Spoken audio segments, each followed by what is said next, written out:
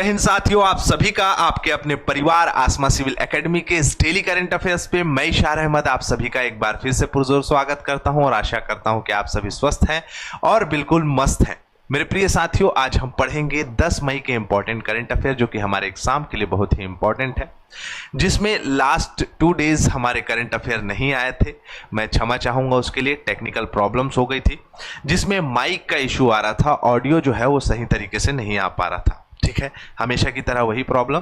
तो इससे फर्क पड़ता है क्या? नहीं फर्क पड़ता। हमने अपनी कंसिस्टेंसी जताई और जो है अपने कंटेंट को भी वैसे ही रखा, साथ ही साथ जो है हमारा ये माइक ठीक भी हो गया। तो चलिए ज्यादा समय ना लेते हुए अपना सत्र प्रारंभ करते हैं और एक जो है पॉजिटिविटी के साथ अपना सत्र प्रारंभ करते हैं। लेखक कहता है, जिद चाहिए कुछ हासिल करने की, वरना उम्मीद लगाकर तो हर कोई बैठा है। जीवन में जितना अच्छा आपका व्यवहार होगा, इर्द गिर्द उतने लोग आपसे उम्मीद लगाएंगे और उम्मीद में अगर खरा उतरना है तो मेरे प्रिय साथियों, अपनी कंसिस्टेंसी, अपने डिसिप्लिन एक्टिविटीज जो है उसको बेहतर तरीके से बनाए रखें। अपने लक्ष्य के प्रति, अपने टारगेट के प्रति एकाग्रित रहें, समर्पित रहें और जो है अपने लक्ष्य को प्राप्त करने के लिए पूरा का पूरा अपना टाइम जो है वो लगा दीजिए, क्योंकि आप जब कामयाब होंगे तभी आप किसी की उम्मीद पर खरा उतर पाएंगे। अन्यथा अगर आप कामयाब नहीं हुए तो क्या होगा? तो वही होगा कि कुछ तो लोग कहेंगे, लोगों का काम है कहना। ठीक है, तो अपनी कंसिस्टेंसी बनाए रखें और इस बात पे विचार जरूर करिएगा। ठीक है, चलिए आइए। भारत ने किस नदी पर बने बगलिहार बांध में के माध्यम से पाकिस्तान में पानी का प्रवाह रोक दिया है? तो चिनाब नदी पे है, सलाल बगलिहार और दुलहस्ती परियोजना, लास्ट टाइम मैंने बताया था। रोशनी देवांगन ने बिल्कुल सही आंसर दिया है, चिनाब रिवर। और यामिनी चंदेल ने भी एकदम सही आंसर दिया है, चिनाब रिवर। वेरी गुड प्यारे साथियों, अपने कमेंट्स लास्ट के क्वेश्चन पे जरूर दिया करिए जो कि एग्जाम ओरिएंटेड होता है और बहुत ही इंपॉर्टेंट होता है। ठीक है, चलिए। विश्व ल्यूपस दिवस कब मनाया जाता है? ल्यूपस एक प्रकार का चर्म रोग है जिसको हर साल 10 मई को मनाया जाता है। ये चर्म रोग मुख्य रूप से जेनेटिक भी होता है और फैलता भी है। जैसे आप देख सकते हो, ल्यूपस एक पुरानी ऑटो इम्यून बीमारी है जो शरीर के किसी भी हिस्से को प्रभावित कर सकती है, जैसे त्वचा, जोड़ और आंतरिक अंग। ल्यूपस से ग्रस्त लोगों में त्वचा पर लाल चकत्ते, जोड़ों में दर्द, थकान, अन्य लक्षण होते हैं और एक जो है कहा जा सकता है कि बड़ी बीमारी है जिसके तहत इसके लिए जागरूकता फैलाई जाती है। ठीक है, चलो अगला प्रश्न हमारे स्क्रीन पे रहा। हाल ही में किस भारतीय क्रिकेटर ने टेस्ट क्रिकेट से संन्यास लेने की घोषणा कर दी है? तो आप सभी को पता है कि वर्तमान में जो है हाई अलर्ट की सिचुएशन नजर आ रही है भारत और पाकिस्तान के युद्ध के बीच में। ठीक है, और इसी बीच में आईपीएल जो है वो क्या कर दिया गया है? थोड़े दिन के लिए स्थानांतरित कर दिया गया है। 1 हफ्ते बाद आईपीएल के मैचेस होंगे। और इसी बीच जो है हमारे भारतीय वनडे क्रिकेट के जो कप्तान हैं, जिनका नाम है रोहित शर्मा, इन्होंने टेस्ट क्रिकेट से संन्यास ले लिया है। 2013 में ये डेब्यू किए थे। शानदार इनका जो है प्रदर्शन रहा है, जबकि मैं ये बता दूं कि शुरुआत के 2 मैचों में इन्होंने जो है शतक जड़ दिया था। काफ़ी अच्छा प्रदर्शन रहा। वर्तमान में 38 साल की इनकी उम्र हो गई है। फिटनेस की प्रॉब्लम जो है बने रहती है, इंजरी से जूझते रहते हैं और इन्होंने संन्यास की घोषणा कर दी है। और ये संन्यास की घोषणा जो दिखाई जा रही है वो इस प्रकार से समझ सकते हैं, जो 2025-27 वर्ल्ड चैंपियनशिप होने वाला है उसमें तैयारी के लिए नए युवाओं खिलाड़ियों को मौका दिया जाएगा और जो है भारत को एक बेहतर प्रदर्शनकारी टीम बनाया जाएगा। ठीक है, चलिए। हाल ही में भारतीय स्टेट बैंक मतलब एसबीआई ने कर्मचारियों की उत्पादकता और कौशल विकास के लिए कौन सी नई पहल शुरू करी है? तो क्या है इसका प्रश्न का आंसर? जल्दी से आप बता दीजिए। इसका है नेक्स्ट लीप और सुपर एसबीआई। इसमें जो है मेरे प्रिय साथियों, आपको पेज में अगले समझ में आएगा, जो कि बहुत ही इंपॉर्टेंट है। मैं मार्क कर के आपको जो है इसको बता देता हूं कि इसमें कर्मचारियों को भविष्य की जागरूकता के अनुसार तैयार करना है। कहाँ के कर्मचारी? तो एसबीआई के। ठीक है। बैंक की विरासत से गौरव और जुड़ाव की भावना को बढ़ाना, जैसे कि मैक्सिमम जो बोला जाता है कि सरकारी बैंक के कर्मचारी जो है वो बहुत डिले करते हैं, ऐसा है वैसा है, ये है वो है। मैंने तो कभी इस चीज़ का सामना नहीं किया, लेकिन आप ये समझ सकते हैं कि उनकी भावनाओं को और बेहतर करना, उत्पादकता और ग्राहक सेवा में सुधार करना, लीडरशिप और ट्रांजिशन को आसान बनाना, और जितने भी इंटरनेट और मतलब कि हम आर्टिफिशियल इंटेलिजेंस हो गया, इंटरनेट हो गया, इसके उपयोग से लोगों को किस प्रकार से जागरूक कर सकते हैं, उन सुविधाओं को बेहतर तरीके से लोगों तक पहुंचाना। भारतीय स्टेट बैंक स्थापना इसकी 1 जुलाई 1955 में हुई है। मुंबई में मुख्यालय है। चल्ला श्रीनिवासुलु शेट्टी इसके क्या है, तो अध्यक्ष है। ठीक है, चलो अगला प्रश्न हमारे स्क्रीन पे ये रहा। हाल ही में 12वां वैश्विक अंतरिक्ष अन्वेषण सम्मेलन 2025 का कहाँ आयोजित किया गया है? तो कहाँ आयोजित किया गया मेरे प्रिय साथियों? सी ऑप्शन सही होगा इसका। नई दिल्ली में एक भव्य आयोजन जो कि 12वां संस्करण है वैश्विक अंतरिक्ष अन्वेषण का। इसमें अंतरिक्ष में जो उपलब्धियां हैं, जो हम अंतरिक्ष के क्षेत्र में कर सकते हैं, उन सभी महत्वपूर्ण योजनाओं को की पहल, लोगों को उसकी जानकारी देना, जागरूकता बढ़ाना, और अंतरिक्ष अनुसंधान में कार्य करने वाले जितने भी लोग हैं उनको क्या करना, मोटिवेट करना और शामिल करना, इसका मुख्य उद्देश्य है। साथ ही साथ जो चुनौतियां हैं उनको जो है फुलफिल करना। चुनौतियों से तो हर व्यक्ति जूझ रहा है, जैसे कि वर्तमान में हम ही, आप ही देखें या हम देखें, हमारे छात्र देखें कि सरकारी नौकरी जो है वो काफ़ी कंपटीशन हो गया है। हर साल जनरेशन स्विच हो रहा है। कल जो 12th में था वो फर्स्ट ईयर में हो गया, फर्स्ट ईयर में था वो सेकंड ईयर में हो गया, सेकंड ईयर वाला फाइनल में हो गया, फाइनल वाला प्रीवियस में हो गया, प्रीवियस वाला फाइनल में हो गया। इस प्रकार से पोस्ट ग्रेजुएशन तक के जो है बच्चा कहीं ना कहीं पढ़ाई से फंसे रहता है। ठीक है, आज ही मैंने एक मतलब बच्चों के एग्ज़ाम्स हो रहे थे, उसमें मैंने उस चीज़ का आभास किया कि बहुत ही कंसंट्रेशन के साथ सवेरे से आके एग्ज़ाम देने के लिए वो जो है तैयारी कर रहे थे, पढ़ाई कर रहे थे, और जो है एग्ज़ाम देने के लिए वो गए। तो इस प्रकार से जो युवा वर्ग, हर साल जनरेशन स्विच हो रहा है, उससे कंपटीशन लेवल काफ़ी बढ़ रहा है। तो अपनी पढ़ाई और अपनी कंसिस्टेंसी पे सबसे ज़्यादा फोकस करें। और वैसे ही जो आपको यहाँ दिखेगी जानकारियाँ कि दुनिया भर में वैज्ञानिकों और अंतरिक्ष एजेंसियों को एक मंच पर लाना, अंतरिक्ष क्षेत्र में नई उपलब्धियों, चुनौतियों और भविष्य की योजनाओं पर चर्चा करना, मानव अंतरिक्ष मिशनों को लेकर सहयोग को बढ़ावा देना मुख्य उद्देश्य है। थीम क्या था? नई दुनिया तक पहुँचना, अंतरिक्ष अन्वेषण पुनर्जागरण, इसका इस साल का थीम था। कौन सा? तो 12वां वैश्विक अंतरिक्ष अन्वेषण का। अंतरिक्ष वैमानिकी महासंघ के द्वारा ये प्रोग्राम आयोजन कर, अंतर्राष्ट्रीय वैमानिकी महासंघ के द्वारा जो है इसका ऑर्गेनाइजेशन कराया गया था। इसका जो है आपका पूरा श्रेय उसी को जाता है, जो कि इंटरनेशनल एस्ट्रोनॉटिकल फेडरेशन के नाम से, IAF के नाम से जाना जाता है, जो कि अंतरिक्ष अन्वेषण के लिए कार्य करता है, और इसके द्वारा ये आयोजन कराया गया था। पेरिस फ्रांस में इसका मुख्यालय है। 1951 में बन चुका है। 81 देश हैं जिसमें 563 सदस्य हैं।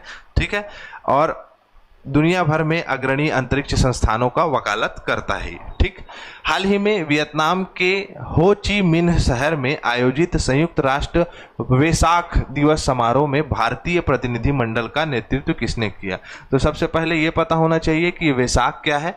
तो मैं आप सभी को बता दूं, वेसाक वो दिन है जब गौतम बुद्ध जी का जन्म हुआ था। ठीक है, तो इनका जन्म हुआ था, और हमारे अल्पसंख्यक मंत्रालय के मंत्री श्री किरण रिजिजू जी ने जो है यहाँ अपना भारतीय प्रतिनिधित्व प्रदर्शित किया और इस समारोह का जो है गरिमा को बनाया।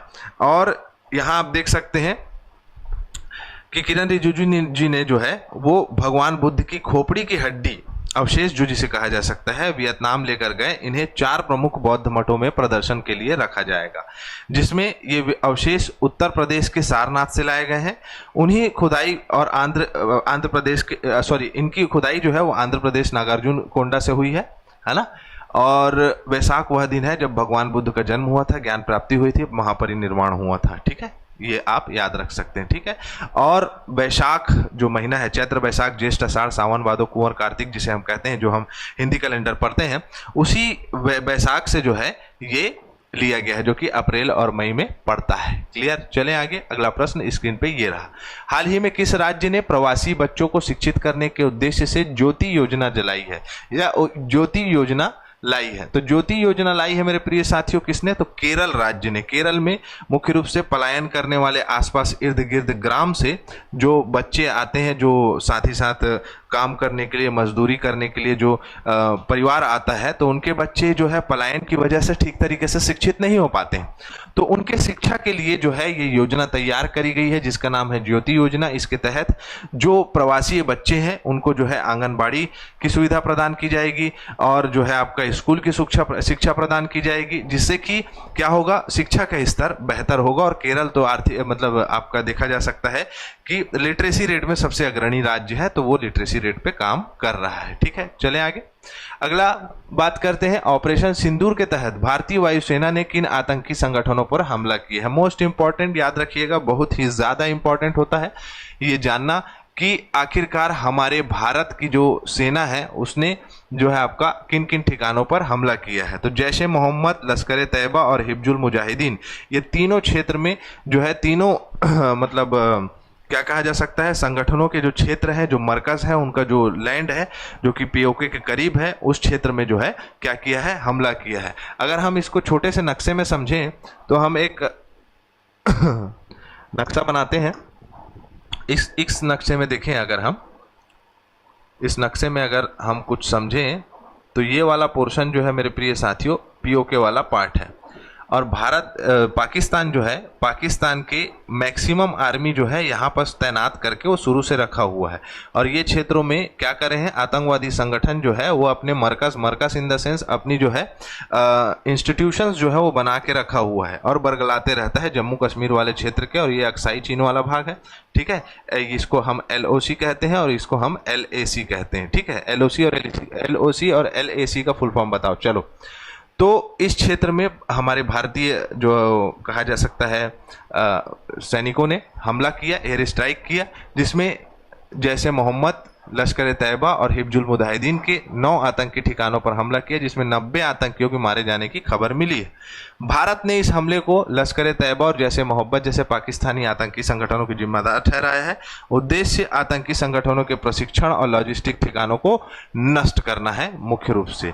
ठीक है, अब इसमें कौन कौन से जगह आते हैं, तो मुर्किदे है, मुरीदके है और बहावलपुर वाला क्षेत्र है, मुजफ्फराबाद वाला क्षेत्र है ना, यहाँ पर हमला किया गया है। प्रॉपर इस जगह पे इंस्टीट्यूशन, आतंकवादी इंस्टीट्यूशन बनाए गए हैं। ठीक है, क्योंकि आतंकवादी इंस्टीट्यूशन इसलिए बोल रहा हूँ कि आपको इंस्टाग्राम रील में, यूट्यूब में कई पाकिस्तानियों के मतलब मैसेजेस दिखाई देंगे जो कि इस क्षेत्र को मरकज या मदरसे के रूप में प्रदर्शित करेंगे।